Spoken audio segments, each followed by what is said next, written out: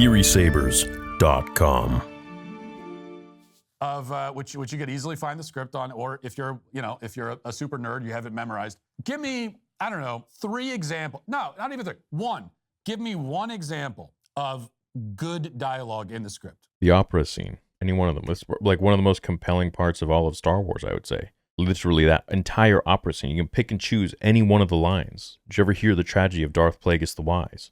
No, I thought not. It's not a story the Jedi would tell you. It's like, why the hell is this politician talking about ancient lore that the Jedi wouldn't tell me? Why does he know Sith lore? Politicians have a lot of history. They know a lot of history, and they know a lot of things that the regular person wouldn't know because it helps them with their debates. That, in and of itself, right there, is a great scene. Any piece of dialogue in there is fantastic.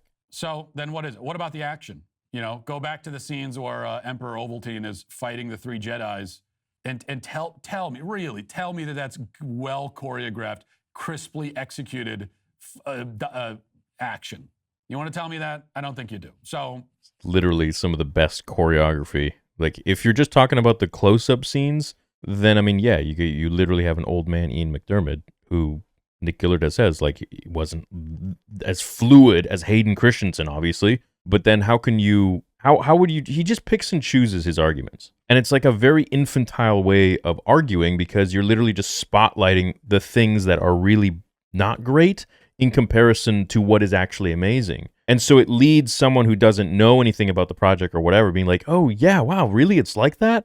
But when you have someone who knows the whole thing and can spot all of the shit with all of the good, you get a better sense of like what this whole project is about. So if you're going to pick and choose the garbage parts, quote unquote, you need to also highlight the amazing insane. Are you telling me that you think the fight scene between the Emperor and Yoda is garbage? Are you telling me that Anakin versus Obi-Wan, arguably the most infamous sword fight in all of movie history, is garbage? I don't know, dude. It just seems like you got some animosity towards this film for whatever reason. And I've seen this argument so many times with older guys that were like one generation above me, because I think and it's the same thing I noticed with Andor fans. It's so weird. It's almost like they really push this narrative that it is like the most best thing. It's very, very eloquent. It's very adult. It's very mature. But they do the inverse, essentially, but to have the same meaning with the prequel trilogy. So them shitting on the prequels,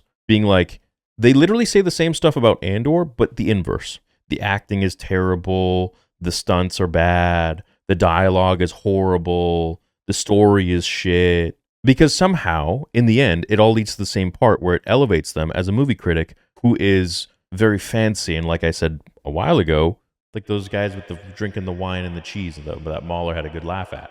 It's the same kind of person. They're just doing it inverse. I've dealt with that shit for years. That's why with Andor fans, I'm like, you know what? I smell this. I know what this is. I don't want any part of it.